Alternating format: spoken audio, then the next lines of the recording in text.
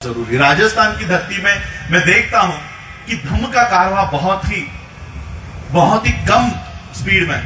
Moms यहां दिखाई नहीं देते, बंते जी यहां पर दिखाई नहीं देते। कल जब बंते जी मुझे लेने के लिए आए एयरपोर्ट पर, तो वो कह रहे थे कि आप आगे वाली सीट पे बैठो, मैं पीछे वाली सीट पे बैठता हूं,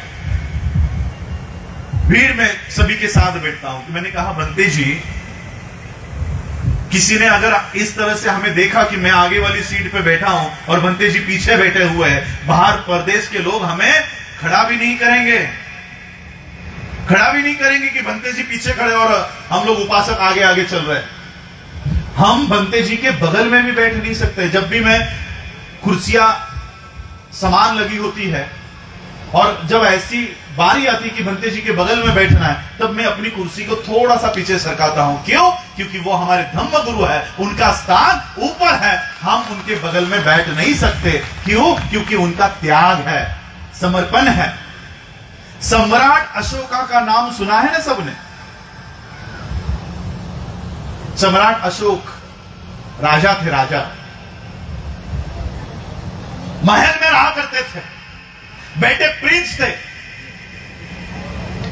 बच्चे प्रिंस थे, बेटी प्रिंसेस थी, युवराज थे।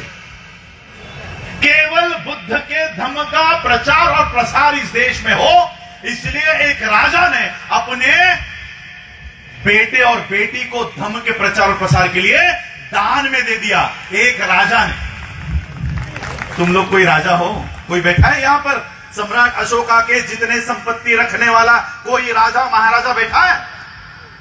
घर में 2 वक्त की रोटी नहीं होगी, लेकिन वो अपने बच्चे को धम्म का प्रचार प्रसार करने के लिए दान में देना नहीं चाहता। और वो बोलते समय कहेगा कि भारत बौद्धों में होना चाहिए, भारत में बौद्ध धर्म का प्रचार और प्रसार होना चाहिए, ये सबको लगता है। लेकिन मेरा बच्चा संघ में शामिल होकर धम्म का प्रचार नहीं करेगा।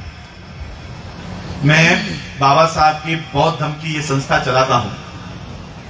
मुझे बहुत अच्छा लगा जब मैं बंते जी से जब बात कर रहा था, वो कह रहे थे कि मैं पीएचडी हूं, मैं लेक्चर्स लेता हूं। एज देखो उनकी। अगर इस तरह के बंते इस भारत में 100 भी तैयार हो गए, तो बाबा साहब ने दिया हुआ वचन कि मैं भारत को बौद्धमय करूंगा, ये ज्यादा दूर नहीं होगा। इस सपने को, इस संकल्प को हम पूरा कर सकते हैं अगर भंते जी से जैसे भंते इस देश में तैयार हो। हमको भंते के तौर पे कौन देते हैं पता है? भंते जी। आदमी रिटायर होने के बाद उसको ब्लड प्रेशर हो जाता है, डायबिटीज हो जाता है, स्पॉन्डिलिसिस हो जाता है, किडनी की बीमारियां आ जाती है, खून की बीमारियां आ जाती है, 4 पैदल चलने के बाद हफने लगता है। ऐसे लोग दे देते, जाओ ये लेके जाओ। धम्म के प्रचार प्रसार के लिए जो किसी काम का नहीं बचा वो हमको दे देते, चीवर पहना लेते, ला ये लेके चले जाओ। कैसे बढ़ने वाला है? मेरे परिवार में हम 2 भाई हैं। मेरा बड़ा भाई परिवार चलाता है, परिवार की देखभाल करता है। ये मेरे परिवार का नियोजन था कि मेरा एक बेटा अपने घर परिवार के लिए रखूंगा और एक बेटा बौद्ध धर्म के प्रचार और प्रसार के लिए रखूंगा। ये मेरे परिवार का नियोजन था। इसलिए आज मैं यहां पर आप लोगों के सामने बाबा साहब के बुद्धिस्ट मूवमेंट को बढ़ाने के लिए काम कर रहा हूं।